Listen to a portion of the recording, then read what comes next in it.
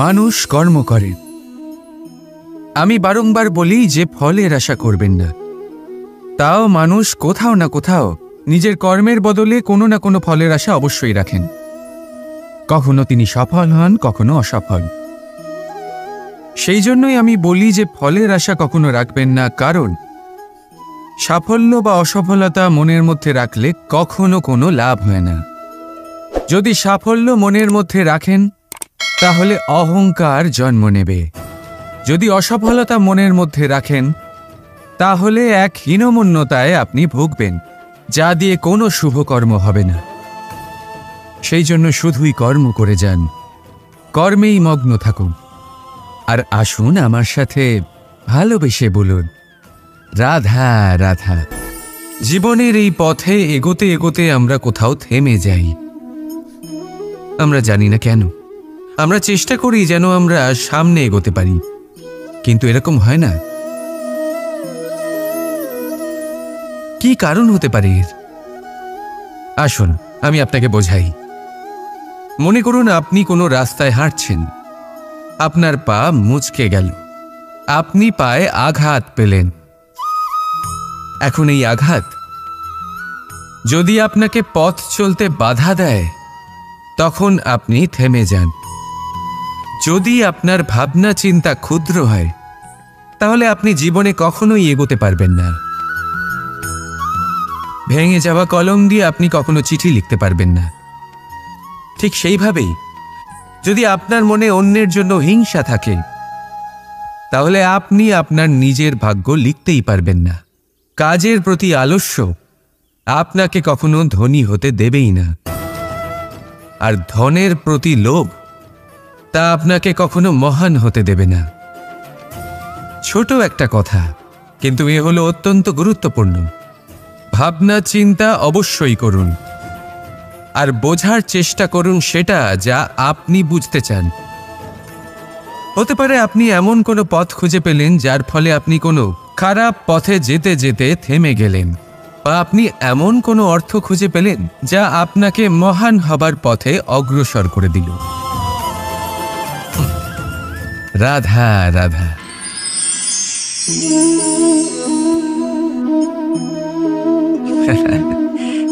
আপনি হয়তো ভাবছেন আমি কি করছিটা কি।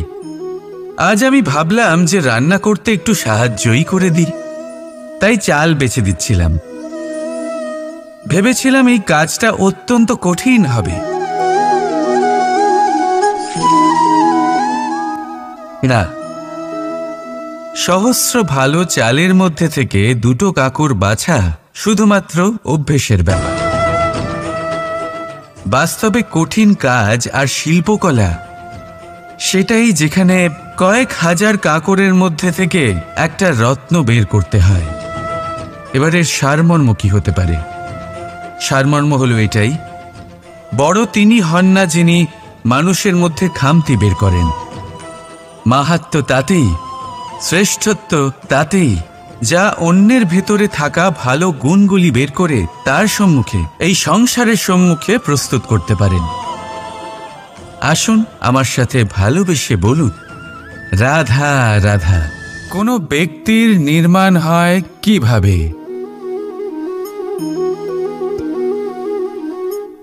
কেউ বলবেন পঞ্চতত্ত্বের দ্বারা, কেউ বলবেন আত্মা, দেহ ও চেতনার দ্বারা, কেউ বলবেন ঈশ্বরের কৃপার দ্বারা, তো কেউ বলবেন এই প্রকৃতির পরীক্ষার দ্বারা।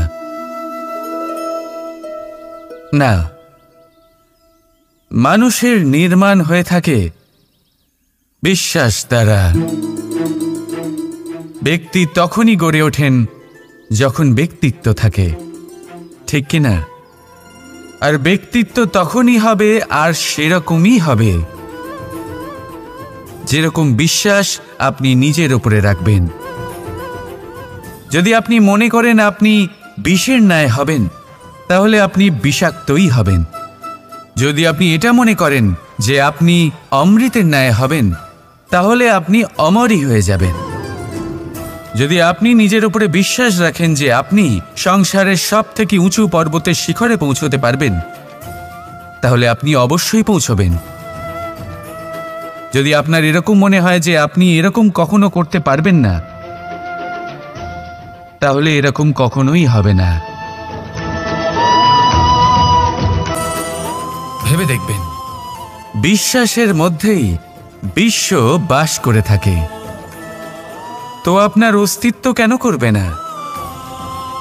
যেমন বিশ্বাস আপনি নিজের উপরে রাখবেন, তেমনই আপনি হয়ে উঠবেন। সেই জন্য নিজের উপরে বিশ্বাস রাখুন।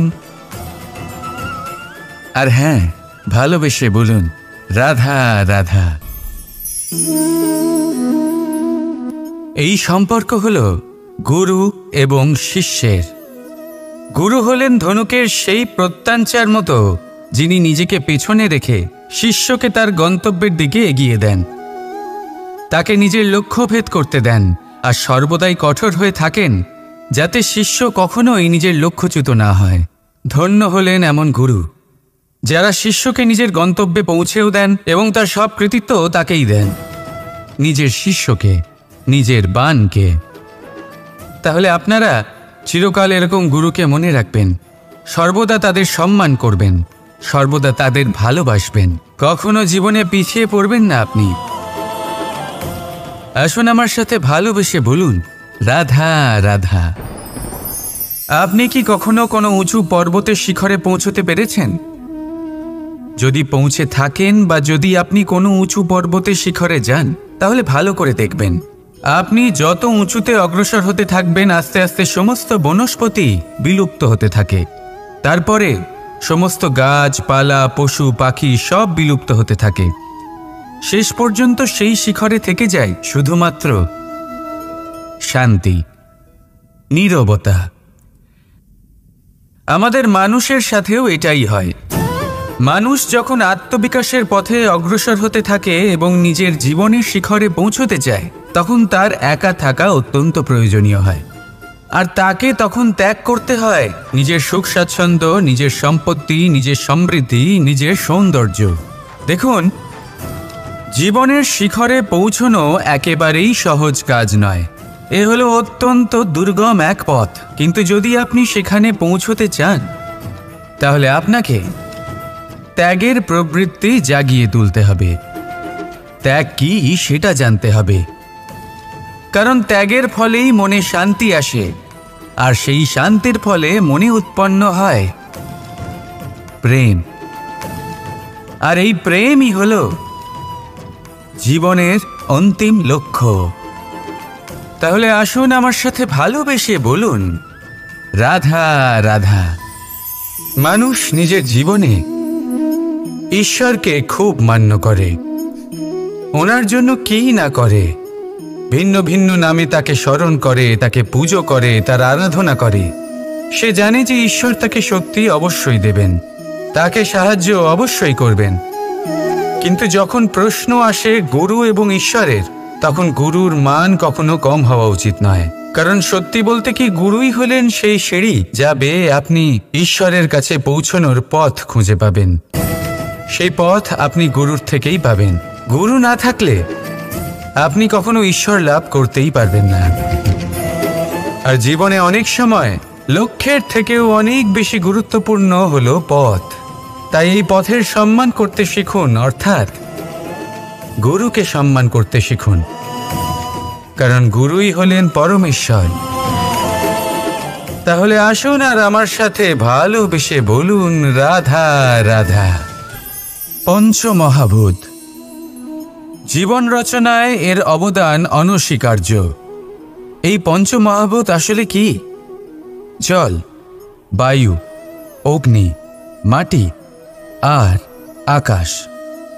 এবার শুধুমাত্র জীবন রচনায় এর অবদান আছে তা নয়, শুধু শরীর রচনাতে এর যোগদান আছে তা নয়, বরং এরা হলো আমাদের জীবনের সবথেকে বড় শিক্ষক। এবার আপনারা সকলে চমকে যাবেন, হয়তো আপনারা এই দৃষ্টিভঙ্গি দিয়ে কখনো দেখেননি।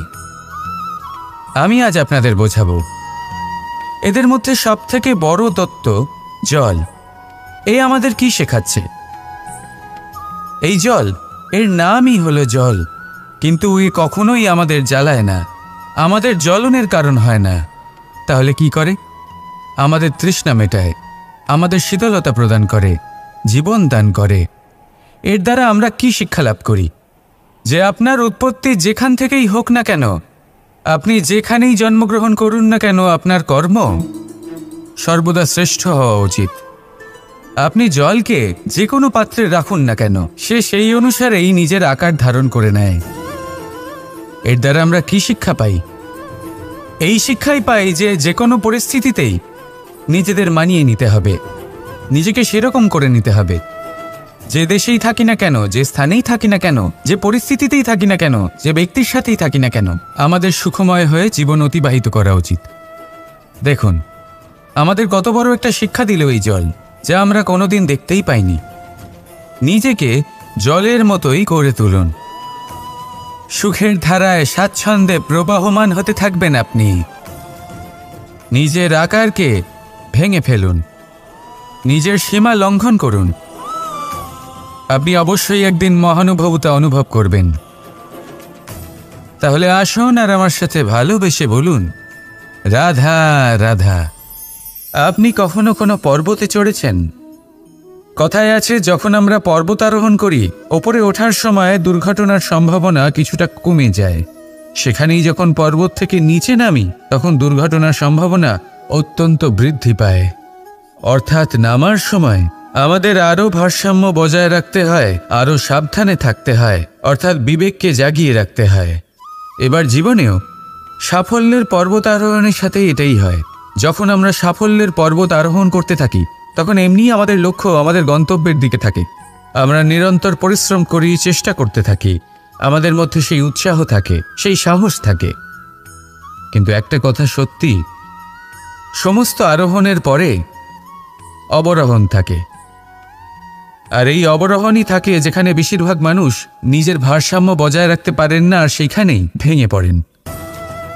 তাই জীবনে যদি সাফল্যের শিখরে পৌঁছতে চান, তাহলে আপনাকে নিরন্তর প্রয়াস করতে হবে, সংঘর্ষ করতে হবে, পরিশ্রম করতে হবে, আর নিজের লক্ষ্যের দিকে একাগ্রতা কেন্দ্রীভূত করতে হবে। তাহলে আপনি নিজের লক্ষ্য অবশ্যই পাবেন। কিন্তু যখন অবরোহণের সময় আসবে, যা নিশ্চিত রূপে আসবেই, তখন আপনাকে সংঘর্ষ করতেই হবে, ধৈর্য ধরতেই হবে, সাবধানে থাকতেই হবে, ভারসাম্য বজায় রাখতেই হবে। এটা হলো অত্যন্ত আবশ্যক, কারণ পরবর্তী সাফল্যের শিখরে আপনাকে পৌঁছতেই হবে, আর তার জন্য আপনাকে সুরক্ষিতভাবে অবরোহণ করতেই হবে। ঠিক কি না? আসুন আর আমার সাথে ভালোবেসে বলুন, রাধা রাধা। যখনই কোনো ঘূর্ণিঝড় আসে, কোনো প্রলয় আসে, তখন দেখবেন তা কত বৃহৎ প্রভাব ফেলে, কত বড় বিনাশ ঘটায়, বিধ্বংস সৃষ্টি করে। যখন বন্যা আসে, তখন কত গভীর প্রভাব ফেলে, কত সর্বনাশ ঘটায়। নদীর পাড়ও ভেঙে বয়ে নিয়ে যায়। সেখানে কোনো গাছকে দেখুন, শান্তভাবে দাঁড়িয়ে থাকে, চুপ করে, আর নিজের কাজ করে, ছায়া প্রদান করে, ফল প্রদান করে, কোনো শব্দ না করেই নীরবে কর্ম করে। যদি নদীর কথা বলি, নদী যখন বয়ে চলে, খেতে জল প্রদান করে, বনস্পতিদের প্রাণ প্রদান করে, আমাদের পানীয় জল দেয়। এত মহান কাজ করে কোনো শব্দ না করে, নীরবতার সাথে। এ হলো এক শিক্ষা, যে এই সংসারে যারাই মহান কর্ম করেন, তারাই নীরব থেকে সেই কর্ম করতে থাকেন। কারণ ওনারা জানেন যে গুরুত্বপূর্ণ প্রচার নয়, বরং কর্ম। আর যারা রুদ্রের সাথে থাকেন, কোলাহল করেন, তারা শুধুমাত্র ধ্বংসই করেন। এবার আপনি মৌন থেকে শুধুমাত্র কর্ম করে মহান হতে চান, নাকি রুদ্রের সাথে থেকে বিধ্বংস ঘটাতে চান? সিদ্ধান্ত আপনারই। আসুন আর আমার সাথে ভালোবেসে বলুন, রাধা রাধা। মন্থন। আমরা সবাই এটাই জানি যে অমৃত পাওয়ার জন্য সমুদ্র মন্থন করা হয়েছিল, কিন্তু এর পিছনে যে মহান উদ্দেশ্য ছিল, তা বেশিরভাগ লোকই বোঝে না। আজ সেই মহান উদ্দেশ্য আমি আপনাদের বুঝিয়ে বলছি। আমাদের জীবনে এই অমৃত লাভ করার জন্য পথপ্রদর্শক হয় মন্থন। তারপরে আমরা করি প্রতিজ্ঞা, তারপর নিই প্রস্তুতি, যেটা দেবতারা আর অসুরেরা একসাথে করেছিলেন। তারপর আমরা করি চেষ্টা। বাসুকীর মুখ থেকে বিশ্বশ্বাস নির্গত হওয়া এটা প্রারম্ভিক বাধা হয়ে দাঁড়িয়েছিল। তবুও আমাদের লক্ষ্য দৃঢ় ছিল। যদিও সমুদ্র মন্থন থেকে হলাহল উঠে এলো, আমরা ভয় পাইনি, আমরা সেটার মোকাবিলা করলাম। ঠিক সেই পথেই যখন আমরা অনেক অমূল্য রত্ন পেলাম, নক্ষত্র পেলাম, সেটার প্রতি আকর্ষিত না হয়ে অমৃত লাভ করার পরেই আমরা শান্ত হলাম। এইভাবে যদি আপনি নিজের জীবনে প্রতিজ্ঞা, প্রস্তুতি, চেষ্টা, দৃঢ় নিশ্চয়, অটল থাকা আর আকর্ষণ থেকে বিরত থাকেন, যদি এইসব গুণ আপনার ভেতরে একত্রিত করে নেন, তাহলে আপনিও আপনার জীবনের অমৃত অবশ্যই লাভ করবেন। রাধা রাধা। চিন্তা। সবাই বলে চিন্তা করা উচিত নয়, কিন্তু চিন্তা সবাই করে। যিনি বৃদ্ধ ব্যক্তি হন, তিনি নিজের অতীতের সাথে বর্তমানের তুলনা করে চিন্তিত থাকেন। একজন যুবক ব্যক্তি ভবিষ্যতের বিষয় চিন্তা করে, নিজের লক্ষ্য কিভাবে পূরণ করা যায় সেই চিন্তায় মগ্ন থাকে। শুধু একজন বালকের না তো তার ভবিষ্যতের চিন্তা থাকে আর না অতীতের দুঃখ থাকে। আর এরকম কেন? কারণ সে শুধুমাত্র বর্তমান নিয়ে ভাবে, আর তাই সে সব থেকে বেশি সুখী। তাই মনে রাখবেন, যদি আপনি আপনার বর্তমানের বিষয়ে ভাবেন, তাতে বাঁচেন, সেটাকে ঠিক রাখেন এবং সেটাকে আরো ভালো করে তোলেন, তাহলে আপনার অতীত আর আপনার ভবিষ্যৎ আপনা থেকেই ঠিক হয়ে যাবে। আসুন আমার সাথে ভালোবেসে বলুন, রাধা রাধা। সংসারে সব থেকে বড়, সব থেকে মহান কোন প্রাণী? এবার আপনাদের মধ্যে কেউ বলবে মানুষ, কেউ বলবে সিংহ, আর কেউ বলবে হস্তি। কিন্তু না, সংসারে সবচেয়ে মহান প্রাণী হলো বৃক্ষ। সেই বৃক্ষ যা আমাদের আহার করতে ফল দেয়, বাঁচার জন্য প্রাণ বায়ু দেয়, গরমে শীতল ছায়া দেয়, আর শুকিয়ে যাওয়ার পরও আমাদের জ্বালানোর জন্য কাঠ দিয়ে যায়। এবার আপনারা হয়তো ভাবছেন, আমি হঠাৎ বৃক্ষের গুণগান কেন গেয়ে চলেছি? আমার বলার উদ্দেশ্য ওই বৃক্ষের অনেক গভীরে, সেই বীজকে নিয়ে, যা আপনাকে না ফল দেয়, না ছায়া, আর না কাঠ। শুধু ভিজে মাটির নিচে সে লড়াই করতে থাকে, অঙ্কুরিত হয় মাটির নিচে একটি বৃক্ষকে আকার দেওয়ার জন্য। প্রদীপ কি? সাধারণ একটা মাটির পাত্র, কিন্তু জলবায়ু নিয়ে সে যখন জ্বলে, সমস্ত সংসারকে সে পথ দেখাতে থাকে, মহান হয়ে যায়। এবার বুঝলেন? যদি মহান হতে হয় তাহলে কিছু করে দেখাতে হবে। কোনো তফাৎ হয় না যে আপনি ছোট না আপনি বড়। কিছু করলে তবেই কিছু হবে। আপনি চলা শুরু করুন, কোথাও না কোথাও তো পৌঁছবেন। নিশ্চল বসে থাকলে কখনো কিচ্ছু হবে না। মনে রাখবেন, কিছু আরম্ভ করতে গেলে মহান হওয়ার একেবারেই প্রয়োজন পড়ে না, কিন্তু মহান হতে গেলে কিছু আরম্ভ করা অতি আবশ্যক। রাধা রাধা। একটা শব্দ আছে যেটা আমরা মাঝে মাঝেই অথবা অনেকবার শুনতে পাই, স্বার্থ। ওই ব্যক্তি স্বার্থপর, সে স্বার্থের জন্য খারাপ কাজ করে ফেলেছে, ইত্যাদি ইত্যাদি। সত্যি কথা বলতে কি, সংসার স্বার্থকে পাপ ভাবতে শুরু করেছে। কিন্তু স্বার্থ কি সত্যি ক্ষতিকর? না। স্বার্থ কথাটা এসেছে স্ব থেকে, অর্থাৎ স্বয়ং থেকে। মানে যে কর্মে শুধু স্বয়ংয়ের অর্থ আছে, শুধু স্বয়ংয়ের কোনো লাভ আছে, সেটাই স্বার্থ। এবার প্রশ্ন এটাই হলো যে আপনার স্বটা কি। যদি আপনার স্বতে কেবল আপনি থাকেন তাহলে আপনি অবশ্যই স্বার্থপর। যদি আপনার স্বতে পরিবার থাকে তাহলে আপনি পারিবারিক। যদি আপনার স্বতে অন্য লোক থাকে তাহলে আপনি পরোপকারী। আর যদি আপনার স্বতে এই সংসার থাকে তাহলে আপনি পরমার্থী। তাহলে নিজের স্বার্থ থেকে দূরে যাবেন না, সেটার বিস্তার করুন। নিজের অস্তিত্বের বিস্তার করলে এই স্বার্থ নিজেই পরমার্থে পরিণত হবে। রাধা রাধা। আমি আপনাদের বলেছিলাম যে সংসারের সব থেকে বড় অস্ত্র আর সব থেকে বড় সম্বল হলো বন্ধুত্ব। কিন্তু এই বন্ধুত্ব কেমন হওয়া উচিত? বন্ধুত্ব হওয়া উচিত দুধে মেশানো জলের মতো। কিভাবে?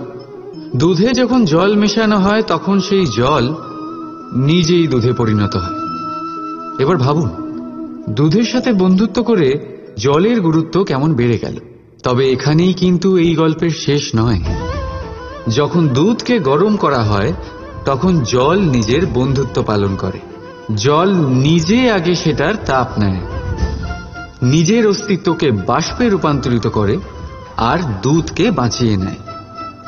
আর তারপর জল বাষ্প হয়ে গেলে দুধ ফুটতে থাকে, সে পাত্র থেকে বেরিয়ে উপচে পড়ে। আর শান্ত তখনই হয়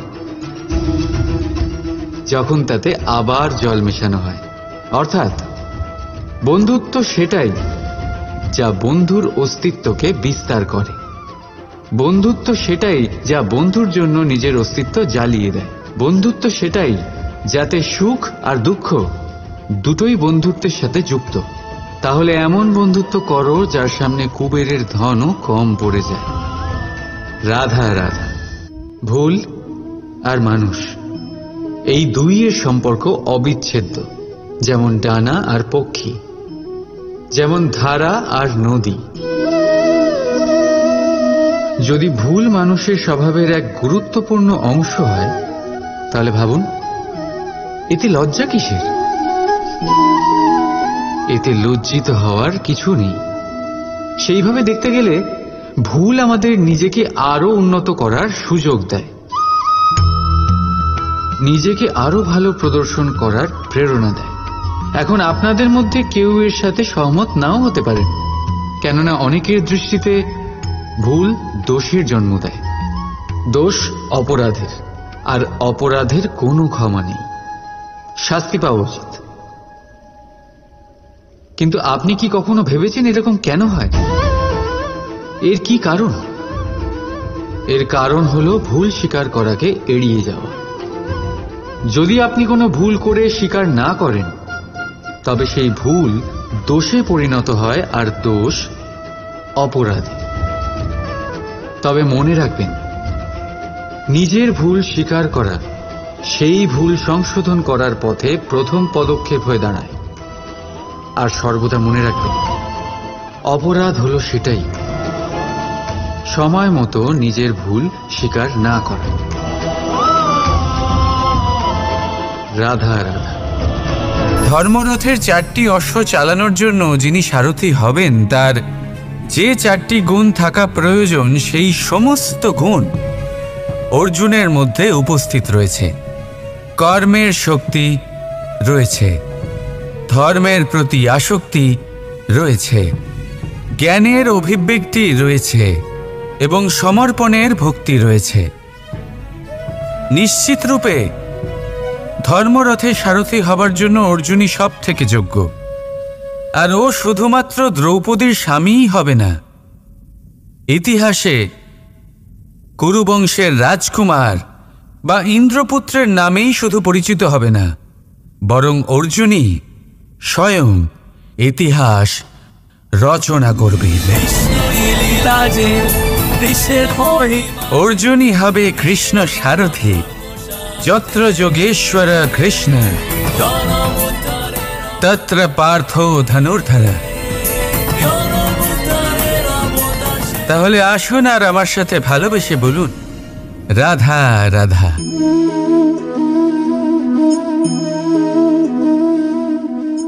আপনার কি মনে হয় আমি কি করছি?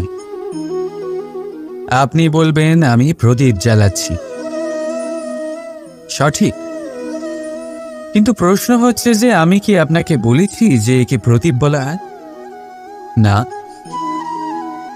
এই প্রদীপ কি নিজেই নিজের পরিচয় আপনাকে দিয়েছে? না। তাহলে আপনি কি করে জানলেন যে একে প্রদীপ বলা হয়? উত্তর হচ্ছে প্রকাশ। যে স্বয়ং জ্বলে অন্ধকারের মধ্যে সংসারকে পথ দেখায়, সেটাই প্রদীপ।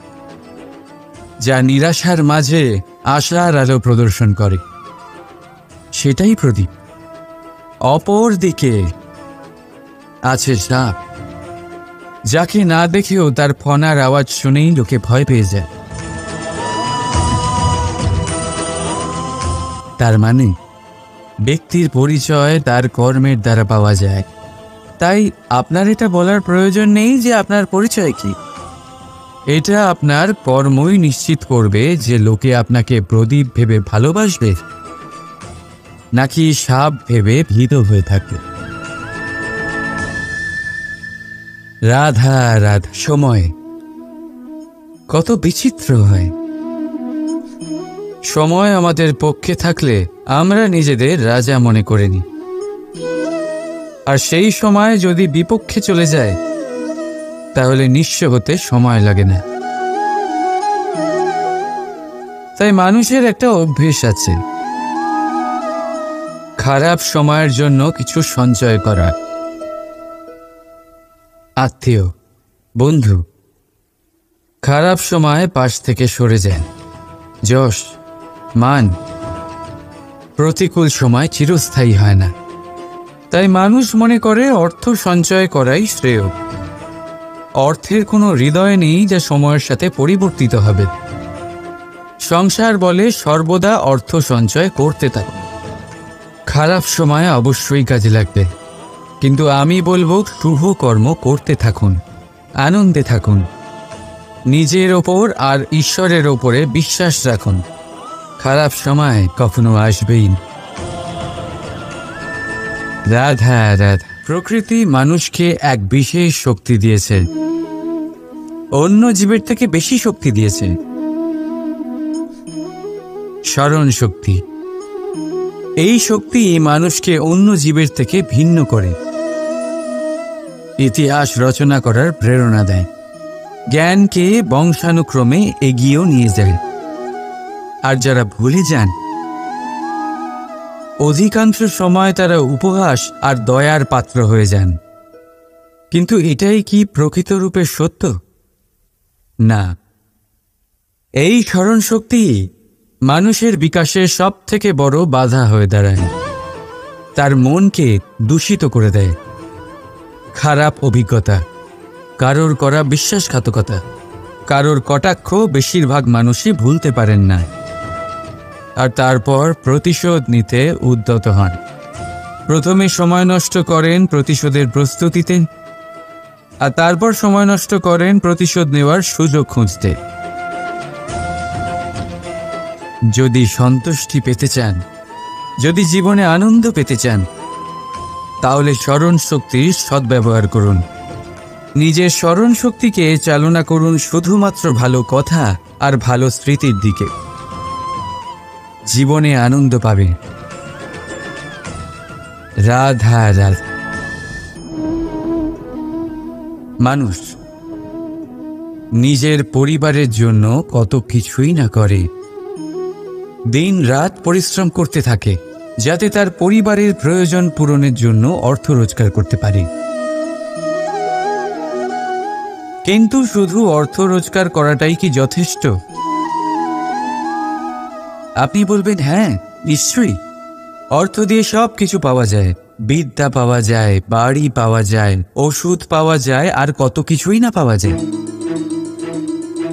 এই সব একটা পর্যায় পর্যন্ত সঠিক, কিন্তু একটু মন দিয়ে ভেবে দেখুন, যখন কোনো শিশু অসুস্থ হয়ে পড়ে তখন সে ওই তিক্ত ওষুধ কেন খেয়ে নেয়?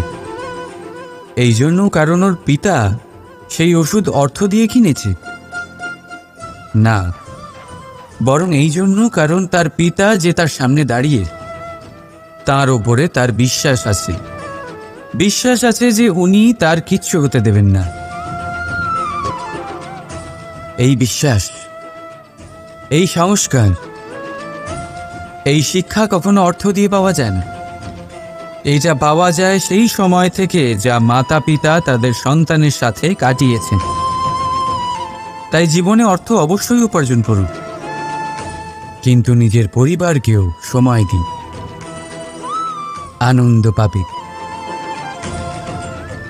রাধা রাধা। কখনো কোনো পাখিকে দেখেছেন? যখন তারা ডিম পাড়তে প্রস্তুত হয় তখন তারা সবচেয়ে আগে একটা স্থান খোঁজে, একটা স্থান যা বর্ষা, রৌদ্র আর শত্রুর থেকে সুরক্ষিত হয়। তারপর তারা বাসা তৈরি করে, তারপরেই ডিম পাড়ে। আর তারপর যখন সেই ডিম ফুটে তার সন্তানদের জন্ম হয়, সে তাদের খাবার খাওয়ায়, তাদের রক্ষণাবেক্ষণ করে। কিন্তু যখন তাদের ডানা গজায় তখন না সে তাদের খাবার দেয় আর না তাদের বাসা বানাতে শেখায়। শুধুমাত্র তাদের উড়তে শেখায় সে। তারপর সেই বাচ্চারা আকাশে উড়তে শিখে নিজেরাই নিজেদের খাবার জোগাড় করতে শিখে যায়, নিজেরাই নিজেদের বাসা বানাতে শিখে যায়। আর আমরা মানুষেরা কি করি? আমাদের সন্তান বড় হয়ে যাওয়া সত্ত্বেও তাদের নিয়ে সর্বদা দুশ্চিন্তা করি। তার জন্য আমরা গৃহ নির্মাণের চেষ্টা করি। নিজের সন্তানকে আরও শক্তিশালী করে গড়ে তোলার বদলে তাকে আমরা দুর্বল করে দিই। জীবনে সেটাই করুন যা একটা পাখি করে। নিজের সন্তানকে আকাশে ওড়ার শিক্ষা দিন, সংস্কার দিন, আর একটা নির্দিষ্ট সময়ের পরে তাকে নিজের আকাশ নির্ধারণ করতে মুক্ত করে দিন। রাধা রাধা। সাগরে সেতু বাঁধার গল্প তো আপনারা নিশ্চয়ই শুনে থাকবেন। রামচন্দ্রের সেনাকে 100 যোজন সমুদ্র অতিক্রম করে লঙ্কায় আক্রমণ করতে হতো। সেতুকার নল আর নীল সেতু বাঁধার উপায় বের করল, কিন্তু প্রশ্ন ছিল সেতু বাঁধা কি করে হবে? সমুদ্র অত্যন্ত গভীর। কত পাথর দেওয়া হলে এই বিশাল সমুদ্র অতিক্রম করা সম্ভব হবে? তখন এক উপায় নির্ধারিত হলো। পাথরের ওপর লেখা হলো রামের নাম। আর যখন সেই পাথরগুলোকে সাগরে ফেলা হলো, সেগুলো ভাসতে লাগলো। এবারে কেউ বলবেন এটা রামচন্দ্রের নামের মহিমা, কেউ বলবেন এটা নারায়ণের কোনো জাদু। কিন্তু না, এটা রামচন্দ্রের সেই গুণ, ওনার ব্যক্তিত্বের সেই মহান দিক যা ওনার প্রতিনিধিত্ব করেছে। তাই সেই পাথরও সাগরে ভেসে ওঠে।